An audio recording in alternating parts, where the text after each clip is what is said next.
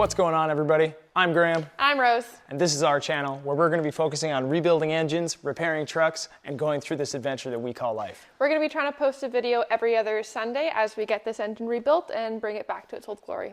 So don't forget to like and subscribe so that you can follow along to see what happens next. Let's get started. As we begin this project, we're going to need to first put the engine onto the stand, or work on it on the ground, but I don't want to do that. Of course, the one day I go to use the forklift, it doesn't want to start for me. So I begin with getting my booster pack, get that thing going, and start moving the engine around. There are a few reasons why we are rebuilding this engine and not the engine that's in my truck. My engine burns oil, coolant, and any hopes of getting up a hill before next week. With only 90 psi on 2 of the cylinders and a knock from the lower end, we decided it would be smarter to find an engine in better condition to rebuild than risk finding my engine is too damaged to repair and leaving me without a vehicle. Now let's get everything put away for the night and park the forklift back where I found it. Unfortunately, I didn't have the correct size bolts for the engine, so that meant I had to make do with what I got. So I got a couple of spacers in between the engine mount and the bolts themselves with a few washers, but they torqued down for me and it's going to work out just fine. After I had a look at this thing though, I realized it was incredibly dirty and it was going to need a wash. So Rose and I broke out the pressure washer and started trying to get this thing clean.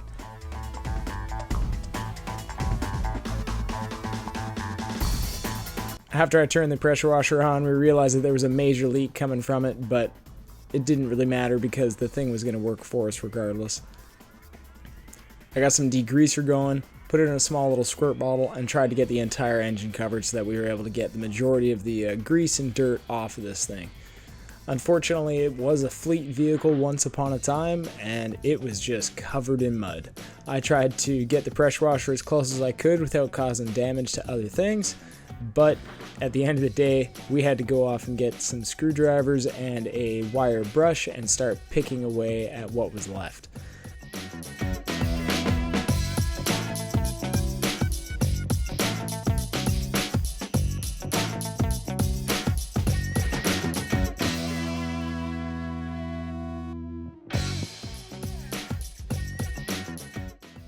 After a while, we got the pressure washer moving again so that we could get what was left of the dirt off the engine so that we could start building it. I didn't want to have to do more scrubbing than I needed to, but I'm ready to pull this thing apart and see what it has in store for us. Rose and I know this is going to take a lot of work, but I'm excited to get this done though. Me too. All right. So, let me go and get some tools, and then we can start getting the wiring harness off and the intake off and everything else that needs to come off this frickin' thing before we are trying to get the head off. So, but I agree we need a place to be able to put everything. So that's the unfortunate thing about this friggin' shop that I'm borrowing, because it doesn't have a lot of space. So we're gonna make do with what we got. So let's start with tools because that's where we're gonna go first.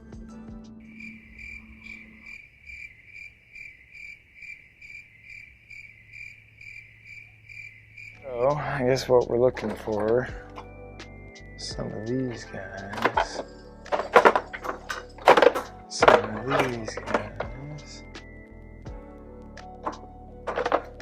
try a set of those,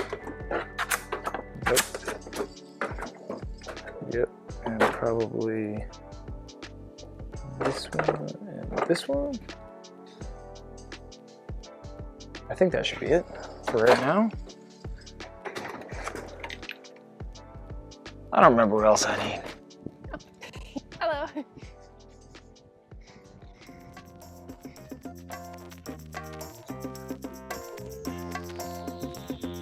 All right, more stuff to do. First thing we need to do is clear a spot on the shelf so we have somewhere to put everything. And for some reason, there's a lot of washer fluid in this shop. After we made some space, we started by removing the throttle body intake box and moved on to the wiring harness and all the connections that went with it. While Rose kept grunting about how many connections there were on such a small motor, I went to go find some power tools. I can't believe how many sensors were actually on this engine. This is what you get with a modern day engine, unfortunately. It's just... Oh, would you like anything newer than 98-ish? Yeah, it becomes more complicated. After a little bit of struggling, and some of me watching and filming in the background, we managed to get all the connections off the engine and moved on to the fuel rail.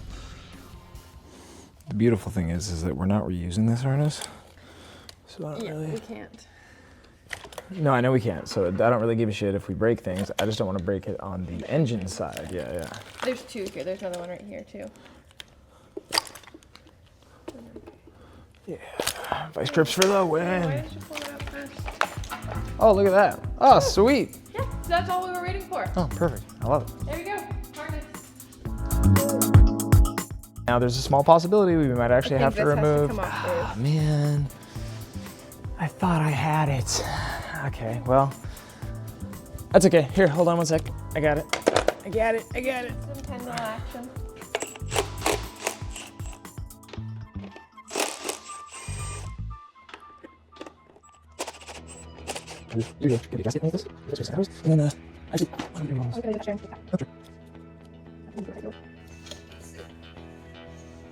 Oh, look, a little bit more coolant. Dripping.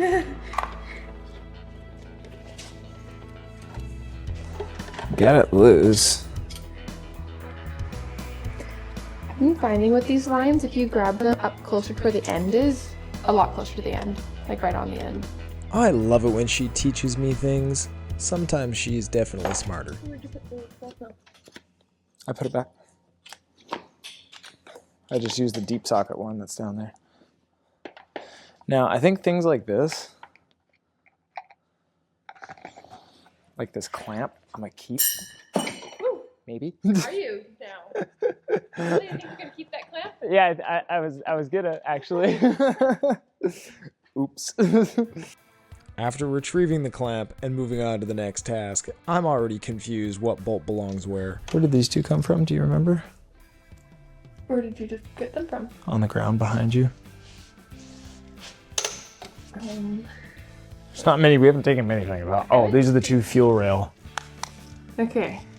These are the fuel rail bolts. Okay, I haven't really taken long bolts off. You did that one, I think. So sorry. Blaming me and you took it off. Oops. I mean, isn't that just natural? You just kind of blame whoever's next to you. It wasn't me.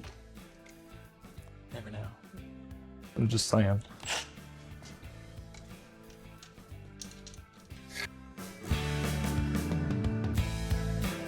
Two little guys. How beautiful. That doesn't look... You reuse that? Probably not.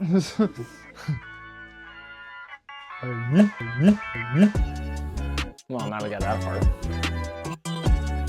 After getting the intake off, we finally have a good opportunity to look inside the engine for the first time.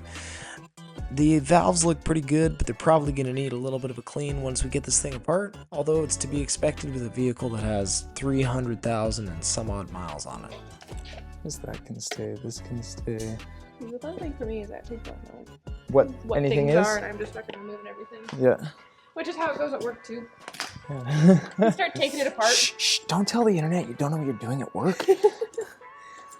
You mean people do know what they're doing at work? Shh, we just fake it till we make it. Next step, exhaust. What size do you think it's gonna be? I'm assuming another 12.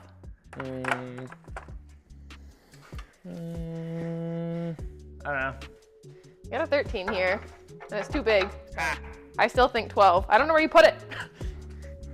I think this one might be a 12, I'll give you that. I think one of them is on, yeah, I think they're both on the extensions. Because there's two 12s going. I think the actual manifold bolts are probably gonna be a 10.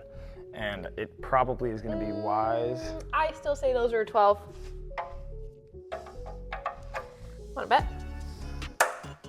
What are we betting? Dinner. Ooh, do I get something after dinner?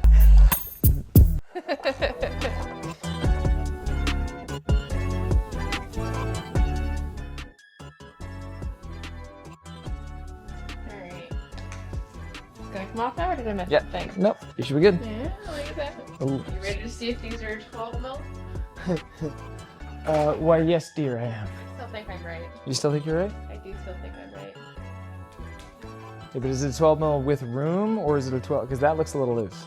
This is mid, but I don't think it's way too big for a 10.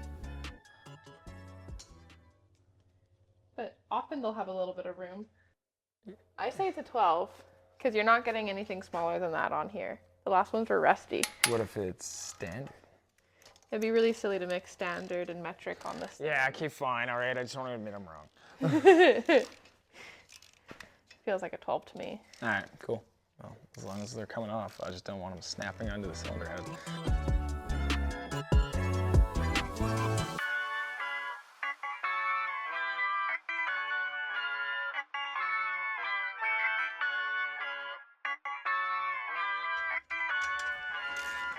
You know what that does? What's that? Do you know what that is? That's your exhaust gas recirculation system. Yeah. So it's supposed to take some EGR and recirculate it into your intake or something or other, but most people delete those, and I think that might be what we're doing. Maybe. Probably.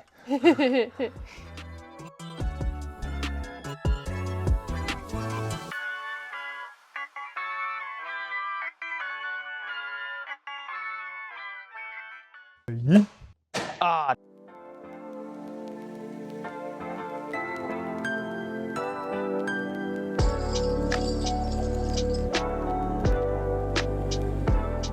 All right, that I believe was the last bolt on our exhaust manifold. Oh, there she comes. Boom, easy does it. All right, next step, valve cover.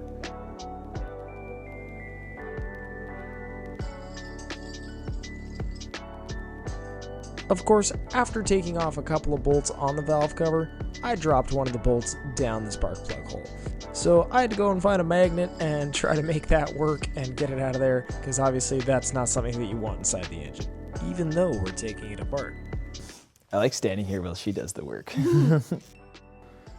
So do you want to remove it, or do you want me to remove it? I'm happy to remove it. Oh, I put silicone into place. Oh, it's probably got a little bit of silicone on each corner. Definitely feels like it. All right, where's the little baby pry bar? Right there. You put it back in your pocket. No. Oh, the little baby one? Yeah. I don't think I did. Oh. I put it here. Thank you. Maybe I did. I honestly don't think, though, that little baby pry bar is going to do it for you. I think you're going to need, like... I'm hearing the silicone crack. You hear that? Yeah. I just want to lift it. But I think you're going to need more of this kind of action. Bigger is always better. There you go.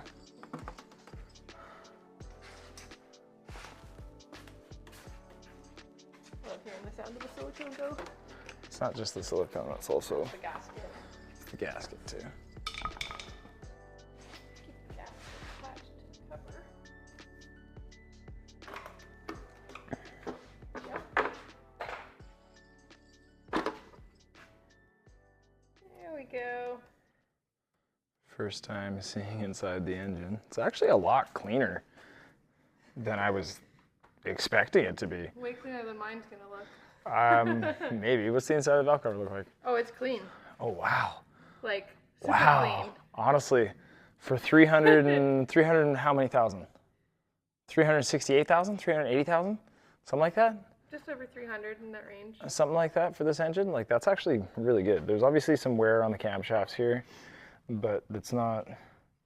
Nothing that you can't work with. Nothing that you can't work with. This is just like really well broken in. But yeah, I'm quite impressed at how that looks.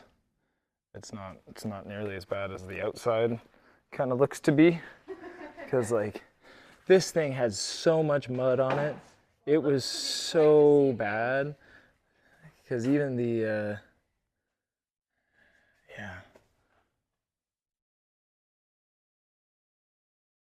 Valves don't look terrible on this side either, but yeah, I'm impressed with that so far. Actually looking at the engine itself, it has these little markings for each camshaft cap. Oh, and it's got And an it's got- arrow and pointing it's got the number. to the front of the engine. Correct. Do you know why it's got the E2 versus the I2? Injection versus exhaust side. Intake versus Intake exhaust versus side. exhaust side. But I mean, it's still pretty. That still works. Seriously, like I'm super impressed at just how clean everything is down in this motor. Yeah, for $1,500, I'm not mad. I mean, 1,500 still was More than I wanted to spend, but more than we both have an engine. I mean, more than we both wanted to spend, but it's at the very least it's something to work with. I think we might be using the camshaft side of your motor depending on how they would look, but this is my engine's also pretty clacky, so I don't know how much we want to use from it. well, it also depends on how much metal's gone through it once we get that thing apart. So, I guess we'll see. Well, I guess we keep going for right now, and we see what we both can maybe come up with. Might be a little bit of a different experience for both of us, but we'll see. I'm excited to get into it. Yep, me too. It's a journey. It's a journey. And we're excited to have you guys with us. We'll see you next time. So don't forget to like and subscribe so you can figure out what's going to be happening next. Let's get started. Okay, so we didn't that. Yeah, I want to do a swipe. Yep. Because then checking to make sure my phone's still on. Me, it's been recording all the time.